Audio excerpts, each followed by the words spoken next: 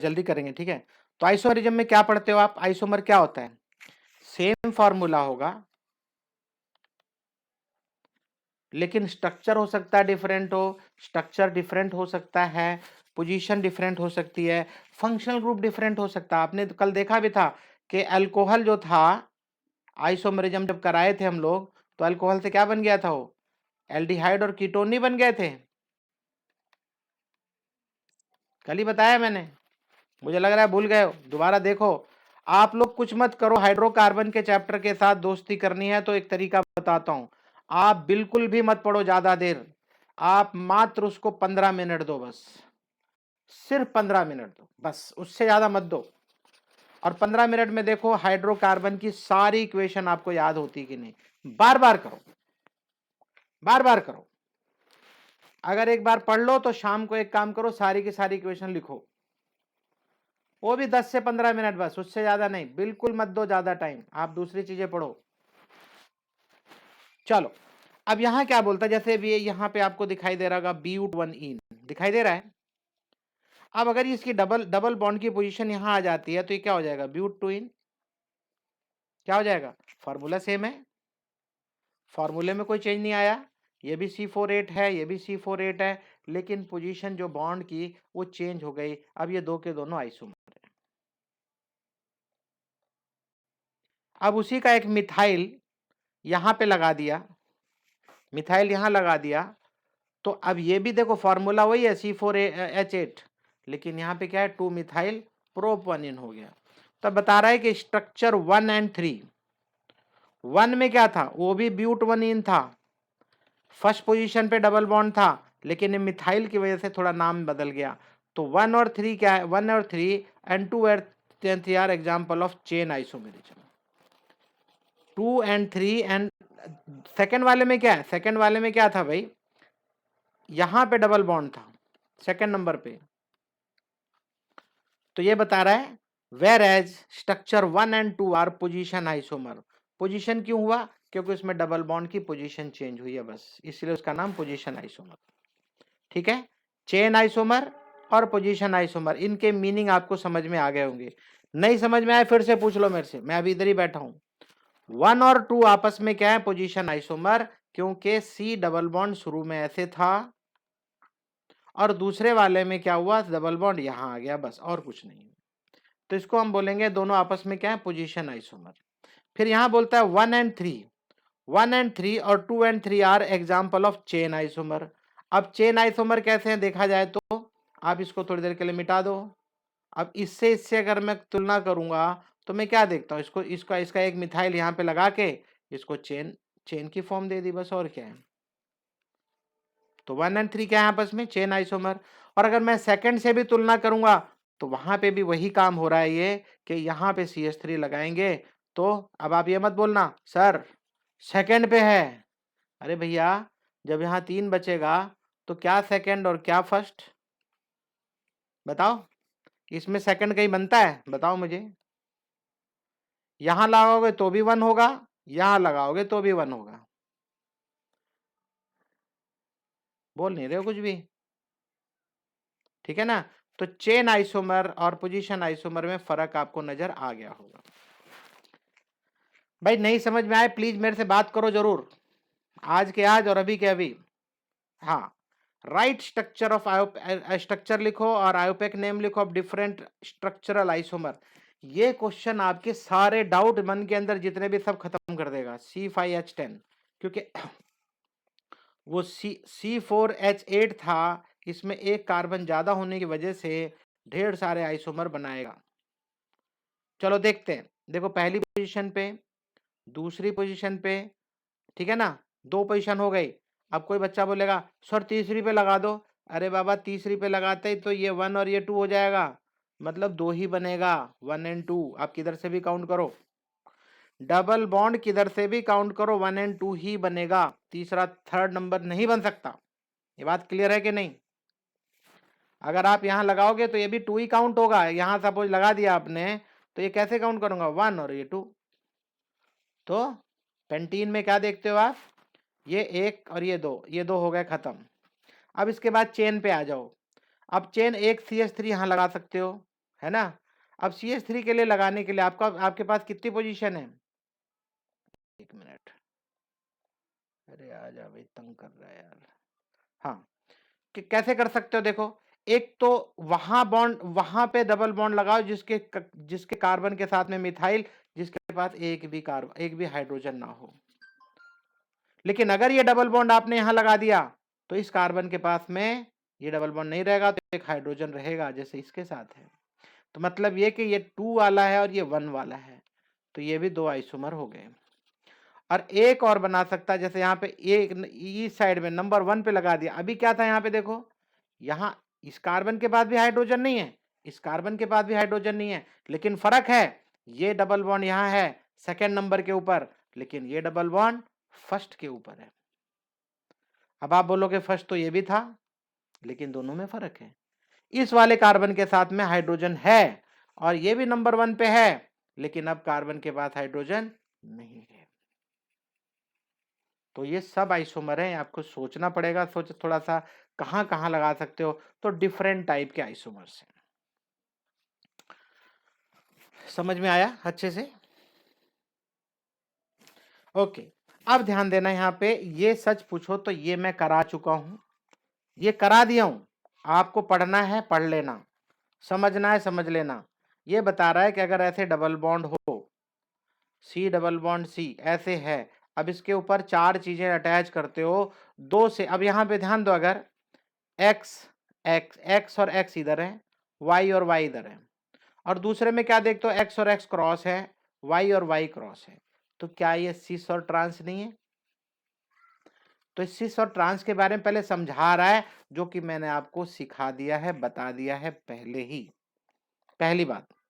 अब आगे देखो, सिस और ट्रांस के बारे में बहुत ज्यादा समझाने की कोशिश कर रहा है, पढ़ा रहा है, बता रहा है, ठीक है ना। डबल बॉन्ड में रोटेशन नहीं होगा, पता है? तो डबल बॉन्ड में मैंने बताया ना, ऐसे अगर ये 3 है, ये दिखाई दे रहा है एक, ये भी दिखाई दे रहा होगा। वो न्यूमैन पे अभी आऊंगा तब समझ में आएगा, जब ऐसे बनेगा ये ऐसे आपस में, ठीक है। तो ये रोटेट नहीं कर सकता ऐसे, सिंगल हाथ दिखाई दे रहे हैं दोनों में, मुझे मेरे दोनों हाथ दिखाई दे रहे हैं। तो अभी आप पढ़ोगे कि दोनों ऐसे एक्लिप्स जैसा कैसे बनेगा, स्टैगर्ड कैसे बनेगा, एक दूसरे के नजदीक कैसे रहेगा। अगर ऐसे रहेगा तो रिपल्सन होगा, क्योंकि इस कार्बन और कार्बन के बीच का डिस्टेंस कम है, और ऐसे कर दोगे तो थोड़ा डिस्टेंस बढ़ जाएगा, डायगोनल आ जाएगा ना डिस्टेंस, तो क्या होगा, रिपल्सन थोड़ा कम हो जाएगा। एनीवे, बट एल्कीन का केस जैसे आएगा तो डबल बॉन्ड को आप रोटेट कर सकते हो नहीं।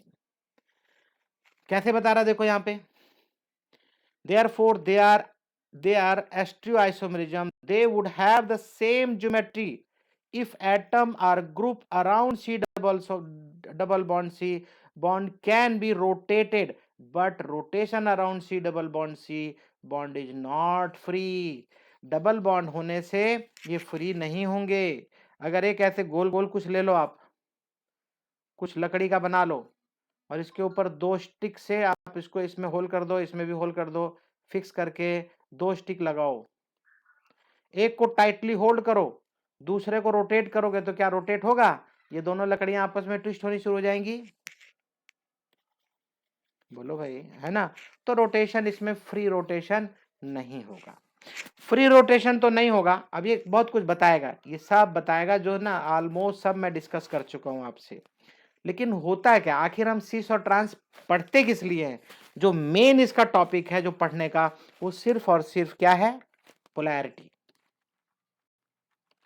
ठीक है ना। पोलैरिटी के लिए हम लोग पढ़ते हैं, कितना पोलार है, ठीक है ना, कितना पोलार डिस्प्लेसमेंट होता है, वो मैं अभी आपको दिखाऊंगा सिस और ट्रांस के अंदर।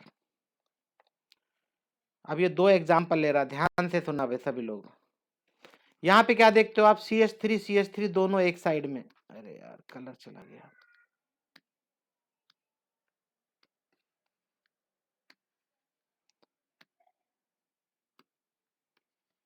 अरे क्या हो रहा है भाई। ओके, सब लोग ध्यान देना ही।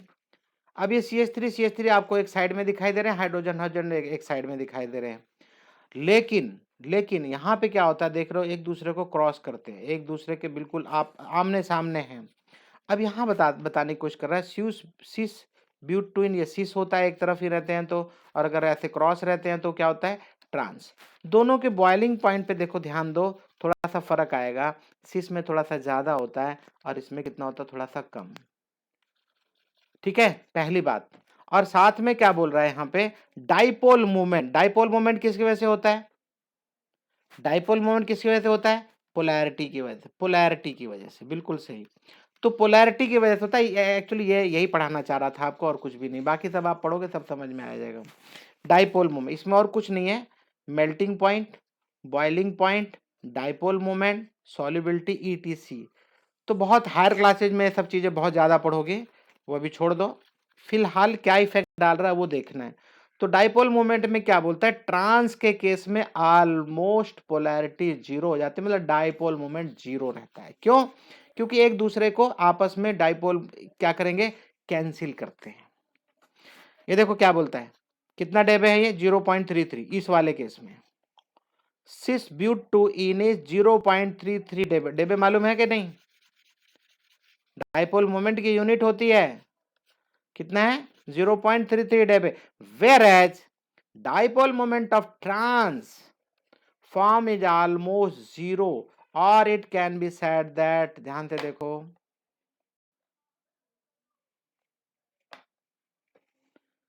ट्रांसब्यूटोइन is non polar. Non polar क्यों नहीं है, क्योंकि ये पोलैरिटी इस कार्बन की वजह से जो होगी, ध्यान देना, इसके अंदर नहीं बल्कि सॉरी इसके अंदर, तो ये क्या होगा, ध्यान देना, अभी अब यहाँ पे डबल बॉन्ड है, डबल बॉन्ड होता है तो आपने पढ़ा पीछे पोलैरिटी के बारे में, sp2 हाइब्रिडाइजेशन में पोलैरिटी ज्यादा होगी इस कार्बन की,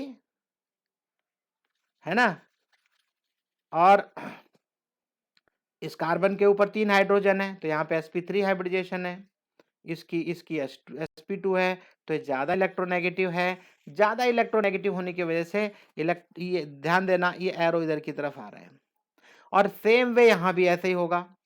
तो दोनों का एक साइड में, ये दोनों आपस में एक दूसरे को क्रॉस, आपस में एक दूसरे को कैंसिल करेंगे पोलैरिटी, और इधर ये हाइड्रोजन हाइड्रोजन ये दोनों आपस में कैंसिल करेंगे, तो डाइपोल मोमेंट कितना है, जीरो। ठीक है ना, डाइपोल में कितना होगा, जीरो होगा।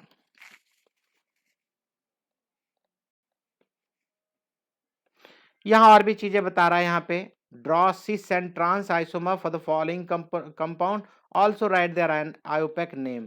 अब यहां ध्यान दो, अब आप अगर तो सी डबल बॉन्ड सी ऐसे ड्रॉ कर दो पहले, सी डबल बॉन्ड सी। अब इसके पास क्या क्या है, एक H है और एक क्या है Cl, एक H और दूसरा Cl यहां लगा दो। अब आप यहाँ पे एक H लगा दो, यहाँ पे भी Cl लगा दो, तो ये क्या बन गया, सिस बन गया। और अगर आप देखो यहाँ पे वो कुछ भी नहीं बोल रहा है, यहाँ पे आपको कुछ सिस और ट्रांस नहीं पता चल रहा है, आप दोनों ड्रॉ कर सकते हो। क्या भाई ईश्वर आ गया लगता है,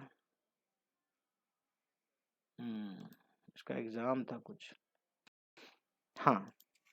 तो क्या देखते हो आप, लेकिन अब अगर आप यही क्लोरीन यहाँ पे लगा दो और H यहाँ लगा दो, तो अभी क्या होगा, पोलैरिटी एक दूसरे को कैंसिल करेंगे, क्रॉस करेंगे एक दूसरे को कैंसिल करेंगे, तो क्या हो जाएगा, डाइपोल मोमेंट कितना होगा, जीरो होगा, जीरो डेबे, राइट। बस और कुछ भी नहीं है। अब आप देखो अगर ध्यान से, तो क्या दोनों के नाम अलग अलग है, अब सुनना ध्यान से, इसने यहाँ पे क्या बोला है, राइट देयर आयुपेक नेम। अब आप क्या करोगे, सिस पे अगर ध्यान नहीं दिया और ट्रांस पे ध्यान नहीं दिया, आप ब्लाइंडली बोलोगे अरे ये भी तो वही है 1,2 डाइक्रोमो डाइक्लोरोइथेन, ये भी वही है 1,2 डाइक्लोरोइथेन। लेकिन जब भी ये सिस और ट्रांस की बात आएगी, आप उसके सामने फिगर बना के, फिगर बना के और फिर आप बताओ सिस, सिस लिखो, सिस डैश और ट्रांस डैश, तब आपका नाम सही है, तब आपका नोमेनक्लेचर सही है, नहीं तो गलत हो जाएगा। नहीं आया समझ में, ये बता रहा ना, सिस एंड ट्रांस ड्रॉ करो, अगर यही क्वेश्चन आ गया तो क्या करोगे फिर आप, या एक ही नाम लिखोगे क्या, गलत है, वो गलत हो जाएगा, आपको लगेगा मैंने बिल्कुल सही लिखा है, गलत है।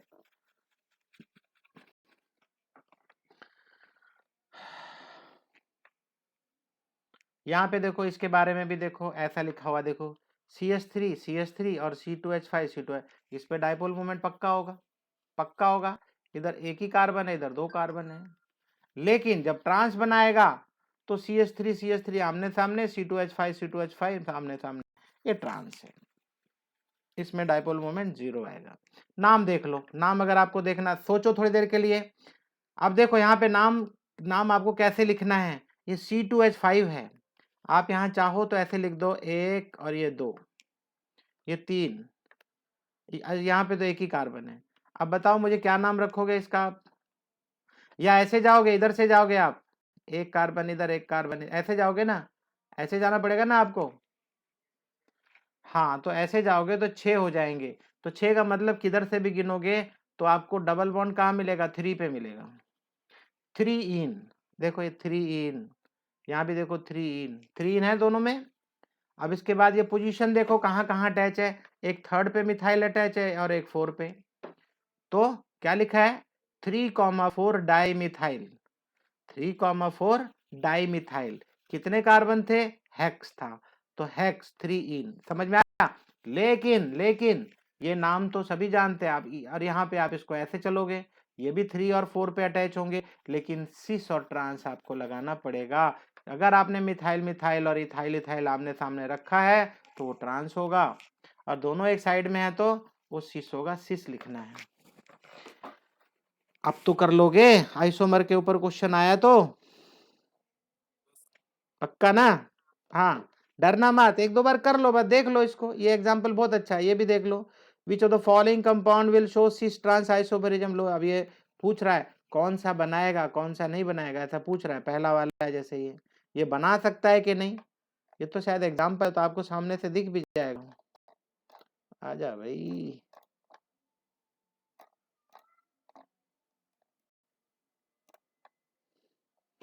देखो इसने 4 दिए हुए हैं, एक उधर और ये चौथा इधर, 4 इधर है। तो अब आपको ये बता नहीं रहा है, कुछ भी नहीं बता रहा है कैसे बनेगा। अब ये देखो, ये वाला भी देखो, CH2 बोलता है, CH2, CBr2। अब आप बताओगे मुझे ये सिस ट्रांस कुछ बना सकता है? बोलो। नहीं बना सकता, ये Br यहां थोड़ी आ जाएगा, नहीं आ सकता, नहीं आ सकता। तो इसके अंदर डाइपोल मोमेंट होगा?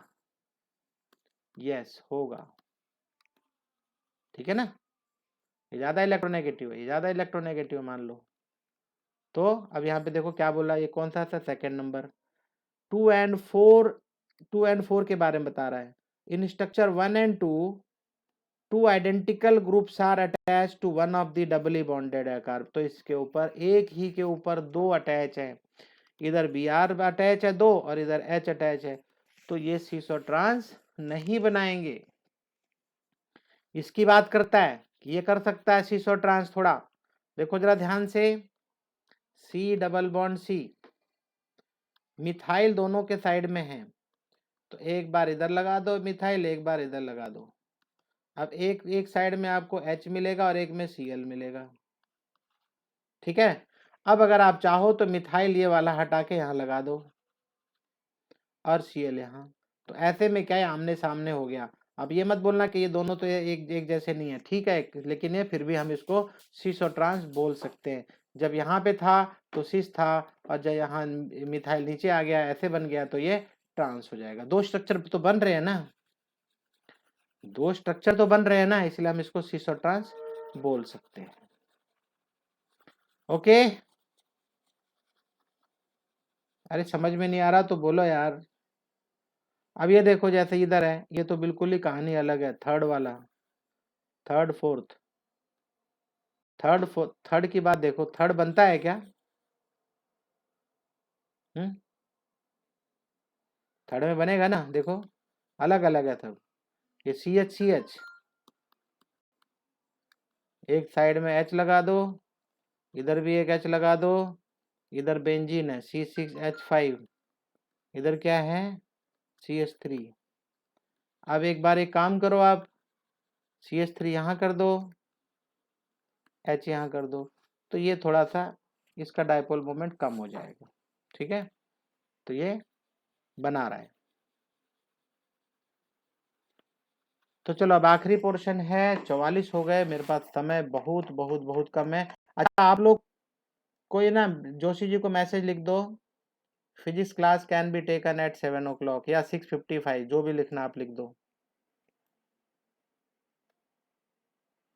कोई लिख रहा है? बोलो भाई। कोई बोलता नहीं है यार, एक कोई भी लिख दो ना, किसी का नाम लूं क्या मैं? अर्श तुम ही लिख दो भाई, लिख दो। Chemistry class will be over at 6:55, physics class can be taken. चलो भाई ध्यान दो। अब उन्होंने बोला हुआ है 7 o'clock, मैं बोला ठीक है 7 से पहले दे दूंगा। चलो भाई सबसे पहले पढ़ेंगे हम कन्फर्मेशन। क्या पढ़ेंगे? कन्फर्मेशन। सुनना बहुत ध्यान से, मैं लाइन बाय लाइन में जाने की जरूरत नहीं है मुझे, आपको पढ़ना है तो पढ़ लेना। यहाँ पे इस कन्फर्मेशन के अंदर और कुछ नहीं, यहाँ पे सिंपली रोटेशन की बात करता है। किसकी बात करता है? सी सी बॉन्ड की रोटेशन अबाउट इट्स एक्सिस। तो मैं बता चुका हूं आपको कि ये ऐसे अगर ऐसे हैं तो ये कैसे रोटेट कर रहे हैं, ठीक है ना? ऐसे सिंगल बॉन्ड है दोनों के बीच में, रोटेट करेंगे। अब ध्यान देना यहाँ पे, रोटेट अगर करते हैं, मेरे दोनों हाथ दिखाई दे रहे हैं? हाँ दिख रहा है ना? हाँ। अब ध्यान देना, अगर ये तीन के ये सी है अगर बीच में, और ये 3 हाइड्रोजन दिखाई दे रहे हैं आपको, ये तीनों हाइड्रोजन है, यहाँ पे कार्बन है, इसके अंदर भी ये बीच में कार्बन है, और ये तीनों हाइड्रोजन है। तीनों हाइड्रोजन आपको दिखाई दे रहे हैं 120 डिग्री के ऊपर ऐसे लगे हुए हैं, और इन दोनों के बीच में कार्बन टू कार्बन बॉन्ड बन रहा है। ध्यान से सुनना, अगर बिल्कुल आमने सामने आ जाएंगे, एक्लिप्स समझते हो ना? एक्लिप्स किसको बोलते हैं? सूर्य ग्रहण या चंद्र ग्रहण जब होता है एक्लिप्स बोलते हैं ना। इसका मतलब क्या है? इसका मतलब क्या है? दोनों के बीच में अर्थ आ जाती है, सन और मून के बीच में क्या आती है? अर्थ। ठीक है ना? तो ऐसे में क्या होता है, सन और अर्थ के बीच में भी मून आता है, और सन और मून के बीच में अर्थ आती है, दोनों आते हैं। ठीक है? तो अलग अलग केस हो जाता है। जब हमको सूर्य नहीं दिखाई देता तो सूर्य ग्रहण हो जाता है, बीच में चंद्रमा आ जाता है। एनीवे, तो हम उसको एक्लिप्स बोलते हैं ना, आमने सामने आ जाना। यहाँ पे भी वही केस है, अगर ये हाइड्रोजन हाइड्रोजन बिल्कुल सामने हैं, ये पूरे हाइड्रोजन आमने सामने, तो इनके बीच का डिस्टेंस थोड़ा कम रहेगा और इसके अंदर रिपल्सन होगा ज्यादा। ठीक है ना? ये मैं आपको न्यूमैन प्रोजेक्शन बता रहा हूँ, न्यूमैन प्रोजेक्शन। जरा गौर से देखो, इसने क्या दिखा रखा है? ऐसे गोल गोल कर दिया है। ये गोल गोल करने का मतलब है यहाँ पे दोनों कार्बन है एक दूसरे के पीछे छुपे हुए हैं। ध्यान देना प्लीज, ये गोल दायरा ऐसे बना है, इसका मतलब है कि एक एक कार्बन इधर है और एक कार्बन इसके पीछे है। एक्लिप्स अगर बोलता है इसका मतलब एक यहाँ है और इसके पीछे है, और हाइड्रोजन भी एक दूसरे को क्या कर रहे हैं? हाइड कर रहे हैं। लेकिन इसने थोड़ा सा ब्लू कलर ऐसे करके दिखा दिया है कि नहीं, ये पीछे हाइड्रोजन भी है, पीछे हाइड्रोजन भी है। तो ये एक दूसरे को ऐसे दिखा रहा है, इसका मतलब है बिल्कुल पास पास में है, ये हाइड्रोजन नजदीक आ जाएंगे एक दूसरे के। लेकिन अगर स्टैगर्ड बनाना है तो अभी मैं क्या करूंगा, स्टैगर्ड में क्या क्या होगा? ध्यान देना, स्टैगर्ड में ये ऐसे आ जाएंगे। भाई इनके बीच में 120 डिग्री का डिस्टेंस है, मान लो 120 डिग्री का एंगल है सब में, इसके अंदर भी तीनों में। अब मैं अगर ऐसे नजदीक लाता हूं, एक दूसरे को अलाइन करते हैं अगर, तो वहां रिपल्सन ज्यादा होगा। हाइड्रोजन जो इलेक्ट्रॉन होंगे उनके बीच में रिपल्सन होगा क्योंकि डिस्टेंस कम है। लेकिन वहीं अगर एंगल ऑफ रोटेशन कर देता हूं मैं, और ये कितने डिग्री पे आ जाएगा? मान लो इससे और इससे बीच में 60 डिग्री आएगा, क्योंकि ये पूरा 120 है, इसके अंदर भी 120 है, लेकिन मैं इसको बीच में लाके ऐसे रख देता हूं। ध्यान देना अभी ऐसे। तो ये एक ऐसी पोजीशन होगी जब hydrogen to hydrogen maximum distance होगा, मैक्सिमम डिस्टेंस होगा। तो मैक्सिमम डिस्टेंस होगा तो ऐसे में रिपल्सन कितना होगा? लीस्ट रिपल्सन होगा। ठीक है, नंबर 1। हाँ, तो ये तो था न्यूमैन प्रोजेक्शन। अब इधर आ जाओ, saw horse projection of ethane. दोनों में हम इथेन की ही बातें करेंगे, डबल बॉन्ड नहीं है, याद रखना। रोटेशन तभी संभव है जब सिंगल बॉन्ड हो। अब जरा ध्यान से देखना, अभी हमने जो पढ़ा था एक्लिप्स वाला, बिल्कुल एक्लिप्स, अब हम पता है कहां से खड़े होके, वहां हम सामने न्यूमैन प्रोजेक्शन में सामने से देखते हैं, इसलिए वो पीछे वाला कार्बन और हाइड्रोजन हमको नहीं दिखाई देते। लेकिन देखो यहाँ का कार्बन नहीं दिखाई दे रहा, ऑफ कोर्स हाइड्रोजन दिखाई देंगे क्योंकि हमने उसको कैसा बना दिया, स्टैगर्ड बना दिया। ओके, अब यहाँ पे क्या बोला है, जैसे कि आपने ये टेबल के ऊपर रख दिया है, ऐसे टेबल के ऊपर ऐसे बना के रख दिया आपने, 3 लकड़ियां ऐसे लगा दी, 3 लकड़ियां ऐसे लगा दी, और आप जो है ऊपर से ऐसे देख रहे हो, तो ऊपर से देखने पे आपको ऐसे ही दिखेगा। लेकिन अगर आप ध्यान से देखो तो ये हाइड्रोजन बिल्कुल ये हाइड्रोजन के साथ है, अलाइन हो रहा है, ये हाइड्रोजन इस हाइड्रोजन के साथ अलाइन हो रहा है, और ये वाला हाइड्रोजन भी इस वाले हाइड्रोजन के साथ अलाइन हो रहा है। दिख रहा है कि नहीं, एक दूसरे को, हाँ मतलब इसी को ही अगर एक्लिप्स आप देखते हो न्यूमैन के अंदर, तो वहां पे आपको कार्बन दिखाई नहीं देता, लेकिन यहाँ पे साफ सब दिखाई दे रहा है, ये कार्बन दिखाई दे रहा है, ये कार्बन भी दिखाई दे रहा है। ठीक है, ये बाकी 120 डिग्री का तो है ही, ये सब सब 120 डिग्री है सब। ठीक है, और सेम वे स्टैगर्ड में क्या होगा, अब ध्यान दो, स्टैगर्ड और इसमें फर्क नजर अभी आ जाएगा आपको, जो मैंने पीछे बताया वही यहाँ पे भी है, बस सिर्फ ये है कि यहाँ पे हमको दिखता है रियर कार्बन, है ना, रियर कार्बन जो है पीछे का कार्बन हमको यहाँ दिखाई दे रहा है, लेकिन न्यूमैन में हमको नहीं दिखाई देता। देखो यहाँ पे, अब कि ये दो नीचे हैं, दो पाए बना रखे हैं ना, ऐसे नीचे हैं, लेकिन यहाँ ऊपर की तरफ है, ये नीचे है तो यहाँ ये ऊपर है, तो अभी ऐसा नहीं दिख रहा जो मैंने अभी ऐसे करके बनाया था, दिख रहा है ना। हाँ, तो इसी को क्या बोलेंगे, saw horse projection. Saw horse ऐसे आएगा तो आप ऐसे बना देना, और जब तक आप एक बार अपने हाथ से पेंसिल से नहीं बनाओगे, एग्जाम में बनाने की बड़ी कोशिश करोगे, बनेगा ही नहीं, परेशान हो जाओगे।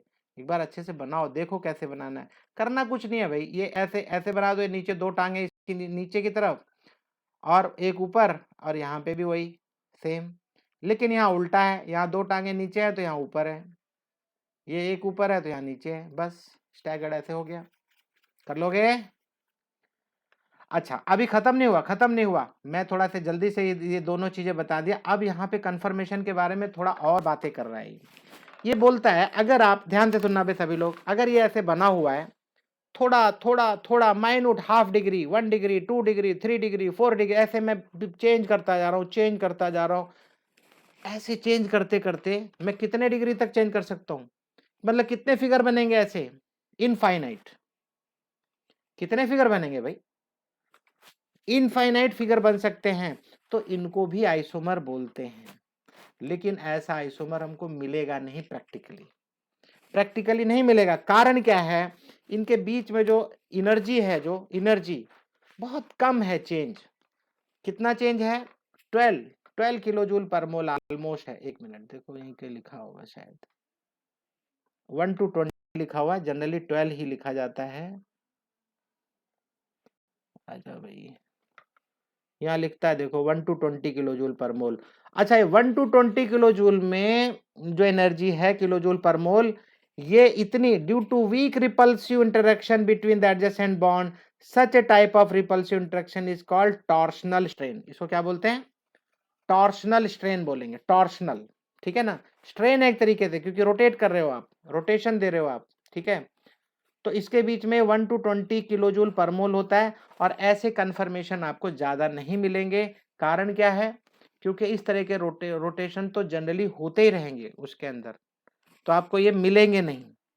और हाँ, कन्फर्मेशन आइसोमर बोलते हैं, these are called conformation isomers, ठीक है, कन्फर्म्स बोलते हैं इनको। अब ये दो चीजें बता रहा है, एक होता है एक्लिप्स और एक होता है स्टैगर्ड, इन्हीं को समझाने की कोशिश कर रहा है। अगर इन दोनों की पोजीशन को छोड़ दो, एक्लिप्स और स्टैगर्ड को छोड़ दो, तो बाकी जितनी भी बनेंगी उन सबका नाम क्या होगा, स्क्यू। भाई एक्लिप्स कब होगा, जब आमने सामने होंगे, स्टैगर्ड कब होगा, बिल्कुल ऐसे 30-60 डिग्री टाइप होगा, जो 60 डिग्री आपस में।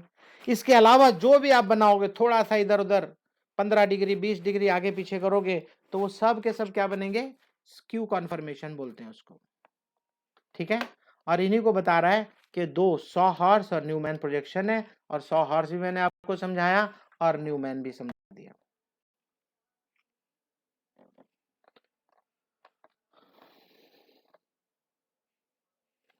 अब ये रिलेटिव स्टेबिलिटी बता रहा कन्फर्मेशन के अंदर आपस में, भाई ये स्टेबिलिटी कहाँ से होगी, जो मैंने अभी थोड़ी देर पहले बताया कि टॉर्शनल स्ट्रेन।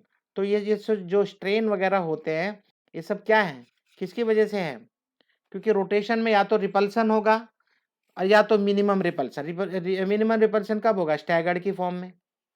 जो क्या बोलता है, as mentioned earlier in staggered form of ethane the electron clouds of carbon hydrogen bonds are far apart as possible. Staggered वाले में स्टैगर्ड कौन सा था, स्टैगर्ड कौन सा था, जिसमें रिपल्सन मिनिमम होगा क्योंकि आपस में डिस्टेंस बढ़ गया।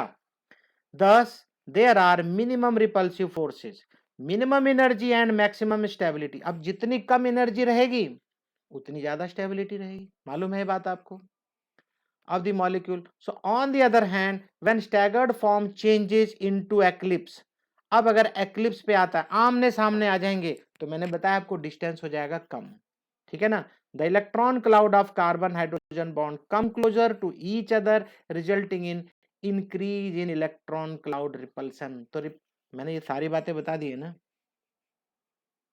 बोलो, सब बता दिए मैंने सब। ये और ये जो घूम रहा है इसकी वजह से टॉर्सनल स्ट्रेन बोलेंगे, ठीक है ना। And magnitude of torsional strain depends upon the angle of rotation. C और सी के बीच में कितना रोटेशन देते हो आप। This angle is also called dihedral angle भी बोलते हैं इसको, या टॉर्सनल एंगल भी बोलेंगे इसको। एक्चुअली इसके बारे में एमएससी और एमएससी वगैरह में ज्यादा पढ़ाई है, ठीक है। तो लोअर लेवल पे सिर्फ आपको समझाने के लिए कि हाँ भाई ऐसा होता है। तो अब आपका मैक्सिमम टॉर्सन स्ट्रेन कब होगा, जब ये एक्लिप्स फॉर्म में रहेगा, नहीं समझे। लीस्ट कब रहेगा, स्टैगर्ड फॉर्म है the least torsional strain and eclipse form the maximum torsional strain. बार बार वही बातें बता रहा है, बार बार वही बातें बता रहा है। यहाँ देखो ये बता भी रहा है, देखो ध्यान से भाई, हमारे पास अब 2-3 मिनट बचे हैं बस। यहाँ बता भी रहा है कि विच इज वेरी स्मॉल, क्या 12.5 किलो जूल पर मोल के बारे में बता रहा है। जो रोटेशन होता है ना उसमें एनर्जी चेंज 12.5 kg पर मोल है, which is very small even at ordinary temperature. ध्यान देना, ऑर्डिनरी टेम्परेचर पे the ethane molecule gain thermal or kinetic energy sufficient enough to overcome this energy. ये जो 12.5 किलो जूल पर मोल की एनर्जी है इसको कभी भी ओवरकम कर जाता है, तो इससे ज्यादा इफेक्ट कुछ भी नहीं पड़ेगा। तो ऐसे आइसोमर हमको मिलते नहीं है, बोलने के लिए है थ्योरेटिकली। थ्रू इंटरमॉलिक्यूलर कोलिजन, जो भी आप हिलाओगे, अगर उसको हिलाओगे तो भी इंटरमॉलिक्यूलर कोलिजन होंगे आपस में, तो इतनी एनर्जी तो उसको कभी भी मिल जाती है, इसको ओवरकम कर जाएगा। Thus, it can be said that rotation about carbon-carbon single bond in ethane is almost free। तो बहुत सारे एंगल आपको मिलेंगे इसमें फॉर ऑल प्रैक्टिकल पर्पजेज। तो इथेन के अंदर आपको रोटेशन कार्बन टू कार्बन मिलेगा and it has not been possible to separate. अब ध्यान से सुनना, ये लाइन इतनी पढ़ाई को सब जीरो कर देती है। देखो क्या बोलता है, it has not been possible to separate and isolate different conformational isomer of ethane। Ethane के डिफरेंट कन्फर्मेशनल चीजें तो हमने पढ़ ली, लेकिन हम उसको कभी अलग नहीं कर पाते कि हाँ भाई ये वाला स्टैगर्ड वाला, ये वाला ये है, क्योंकि जितनी एनर्जी का चेंजेस होता है वो एनर्जी ऑलमोस्ट उसको मिलती रहती है नॉर्मल टेम्परेचर पे भी।